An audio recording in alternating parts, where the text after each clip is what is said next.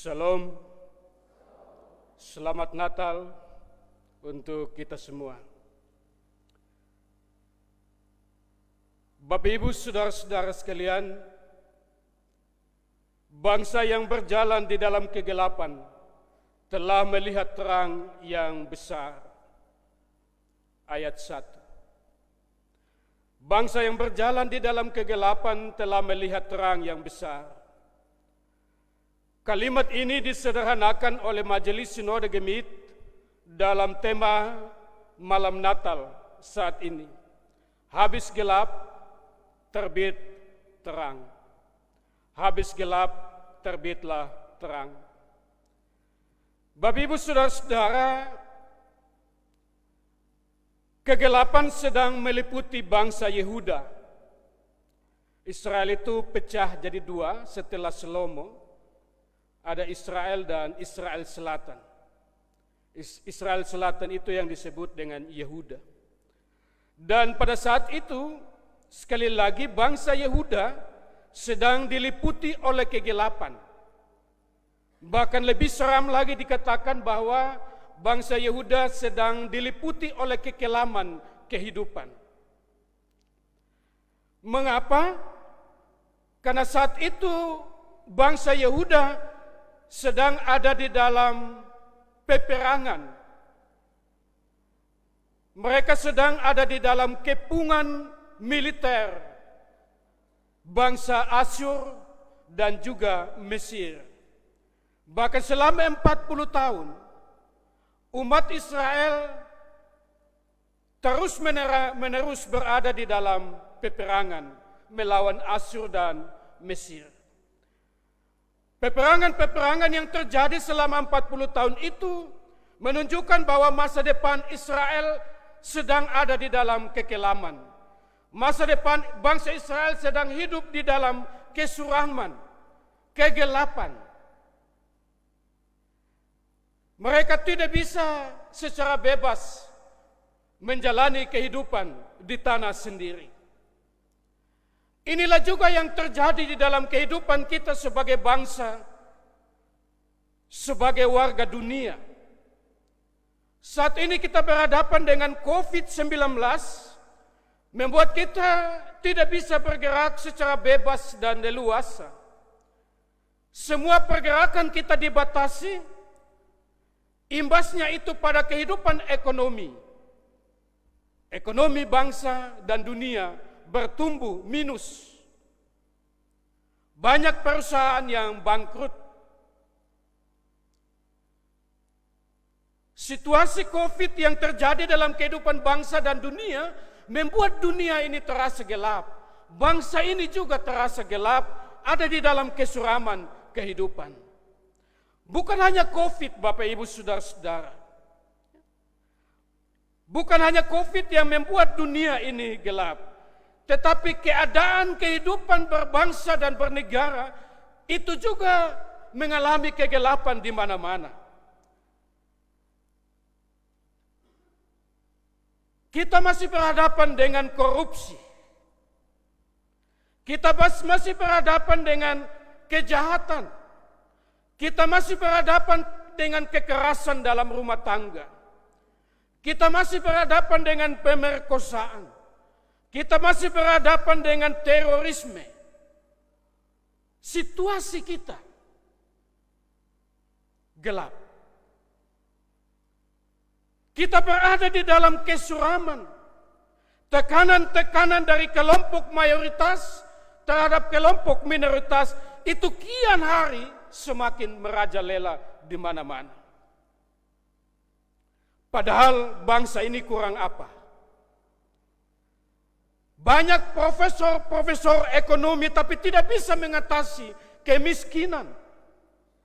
Banyak ahli-ahli hukum tapi tidak bisa mengatasi pelanggaran-pelanggaran hukum yang terjadi di dalam bangsa ini. Bahkan muncul calo-calo hukum, penjual-penjual hukum di bangsa ini.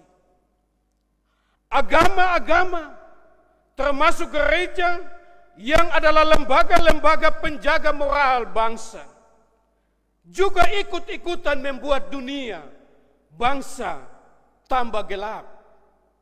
Banyak orang yang berjubah putih mengatasnamakan diri sebagai hamba Tuhan, tetapi mulutnya penuh dengan kekotoran, mulutnya penuh dengan kenajisan, bahkan mengolok-olok orang lain dan menyombongkan diri sendiri. Apa artinya jubah itu kalau tidak membawa kedamaian bagi orang lain? Jubahnya hitam, tapi mulutnya, jubahnya putih, tapi mulutnya gelap. Gereja terpanggil untuk memerangi kegelapan ini. Tapi faktanya juga kita berhadapan terus dengan kegelapan. Kegelapan terus bertumbuh. Dia terus memodifikasi diri menjadi modern. Kebaktian penyegaran iman dibuat di mana-mana. Tapi iman tidak pernah segar. Katanya kebaktian penyegaran iman, tapi iman tidak pernah segar. Kebaktian kebangunan rohani dibuat di mana-mana, tapi iman kita tidak pernah bangun, bahkan terus ada di dalam kegelapan. Ini sedikit gambaran bahwa peran-peran kita belum maksimal dalam rangka mengurangi kegelapan di tengah-tengah dunia dan bangsa kita. Rumah tangga kita juga begitu, berjalan di dalam kegelapan. Yesaya 9 ayat 1 bilang, bangsa yang berjalan di dalam kegelapan, itu juga di dalam rumah tangga berjalan di dalam kegelapan. Israel dan Palestina perang pakai senjata dan bom. Rumah tangga perang pakai mulut.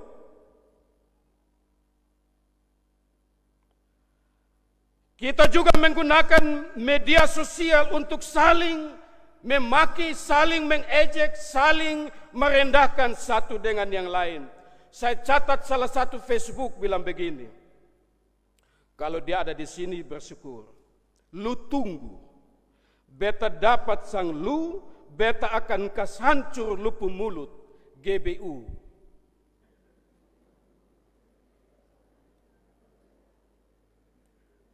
Coba bayangkan ini kata-kata, lu tunggu, beta dapat sang lu, beta akan kas hancur lu pun mulut, GBU. God bless you. Kata-katanya itu mengancam, tapi diakhiri dengan nama Tuhan. God bless you. Lu cari lu pemulu bangka, GBU. Kalau sonde, TYM. Tuhan Yesus memberkati. Ini model tulisan model apa? Ya. Bapak Ibu Saudara-saudara, memang situasi kita seperti dikatakan oleh Yesaya bahwa gelap, suram, kelam, tapi kalimat itu masih belum selesai. Bangsa yang berjalan di dalam kegelapan telah melihat terang yang besar. Nas pembimbing bilang, tetapi terang Tuhan terbit atasmu. Inilah kabar gembiranya. Masih ada harapan di tengah-tengah kekelaman, di tengah-tengah kegelapan, di tengah-tengah kesuraman. Allah menghadirkan diri sebagai terang. Dan itu nyata di dalam Yesus Kristus. Ia hadir sebagai terang supaya menerangi gelapnya ekonomi. Ia hadir sebagai terang untuk menerangi dunia kesempatan kerja yang gelap. Ia hadir sebagai terang menerangi mulut kita yang penuh ancaman. Menerangi mulut kita yang suka badodol. Badodol ini apa ya? Kue dodol. Dom biasa bilang badodol, saya cari di kamus bahasa Indonesia sondapang. Ya, tapi ibu-ibu, bapak-bapak tahu itu. Ya. Kehadiran Yesus sebagai terang menerangi mata yang gelap. Kadang kita gelap mata dengan istri. Pok, tangan naik. Ya. Dan sebagainya. Bapak Ibu saudara-saudara, bagaimana caranya kita menerangi perbuatan kita? Natal itu identik dengan terang. Natal itu berbicara tentang terang. Terang itu harus berlangsung dalam dua arah. Arah vertikal dan horizontal. Vertikal berarti kita punya hati harus terang dengan Tuhan. Mulut kita dengan Tuhan juga harus terang. Memang kita pakai masker untuk menahan virus, tapi mulut jangan bermasker untuk mengatakan kebenaran.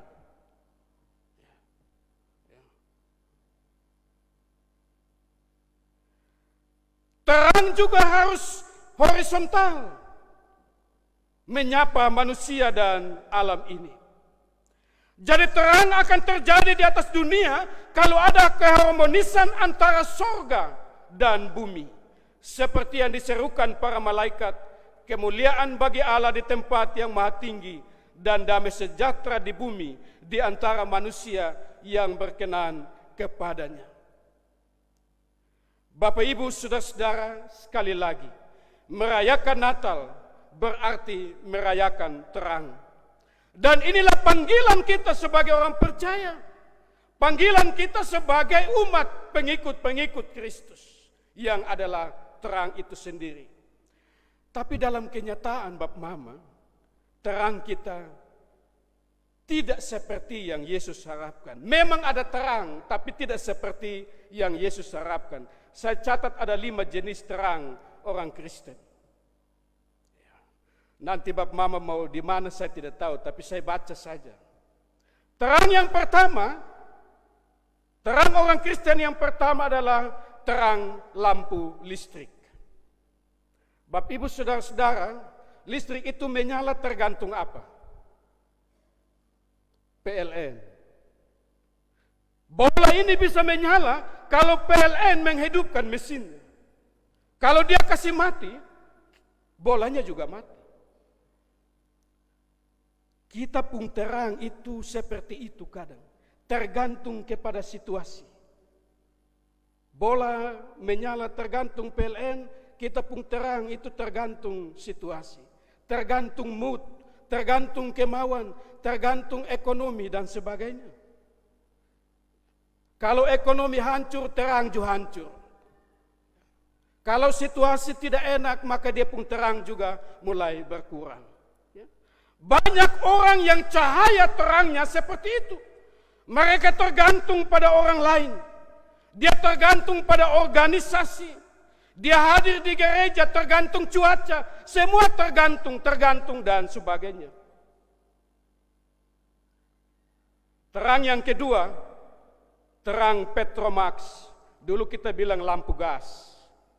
Ya, lampu gas.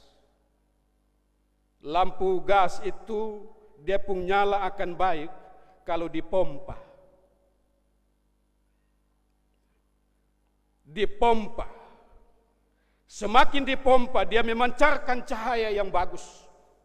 Kalau tidak dipompa dia akan cahayanya mulai suram dan terakhir mati. Banyak orang Kristen yang dia pun terang itu seperti lampu gas. Mereka datang beribadah karena dipompa. Ibadah di rumah tangga itu karena dipompa oleh ketua rukun. Dia tidak hadir 2 bulan, 3 bulan, ketua rukun picari baru dia datang.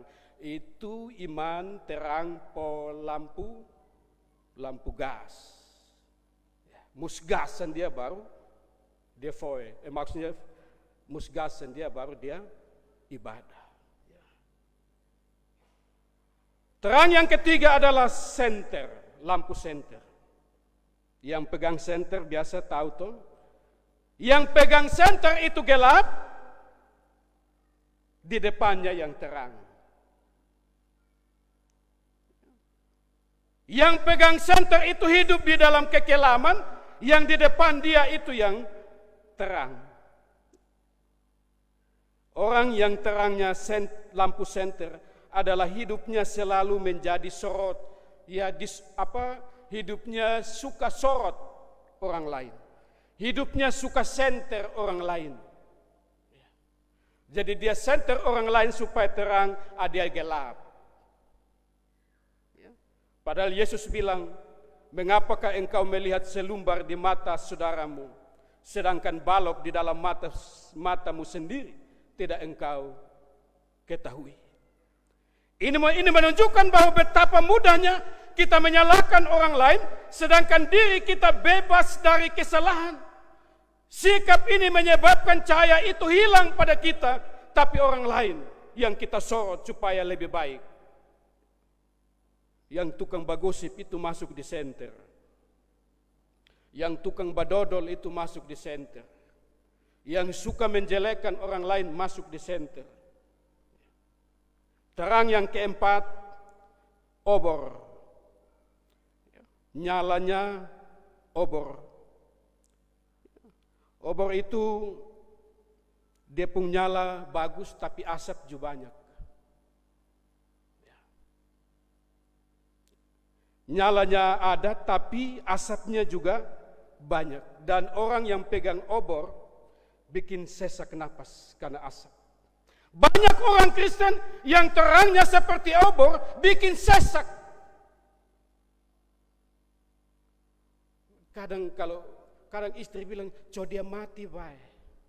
Nah, itu bikin sesak, itu obor pun kerjaan. Wetan mayat lava.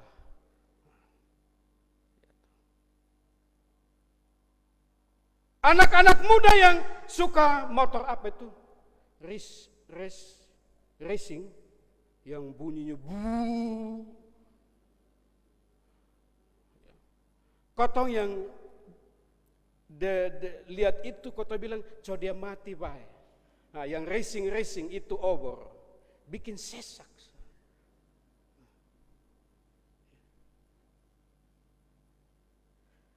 Obor itu juga polusi. Ada asapnya banyak, polusi. Banyak orang Kristen yang kehadirannya bukan terang yang menerangi, tapi terang yang membawa polusi. Nyalanya bagus tapi asapnya banyak. Itu sama dengan begini. Seorang bapak pakai sepatu haken, dasi, jas, tapi jalan sambil kentut. Pakai jas, haken, dasi, tapi jalan sambil kentut. Nah, itu menyala asap.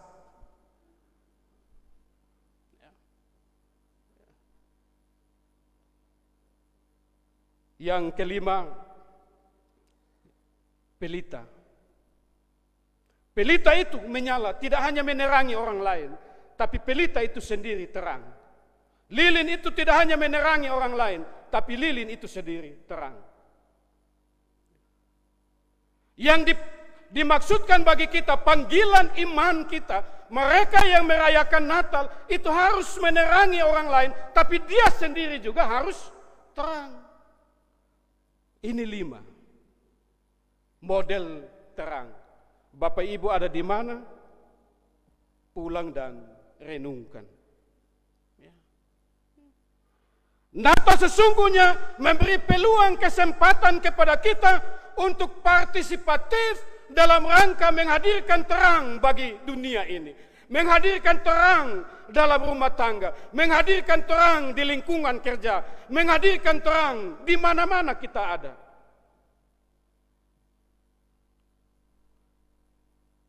Itu panggilan kita.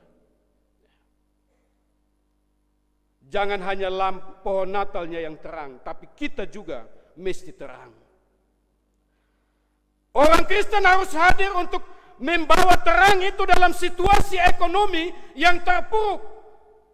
Situasi ekonomi yang gelap, kita hadir untuk menolong itu.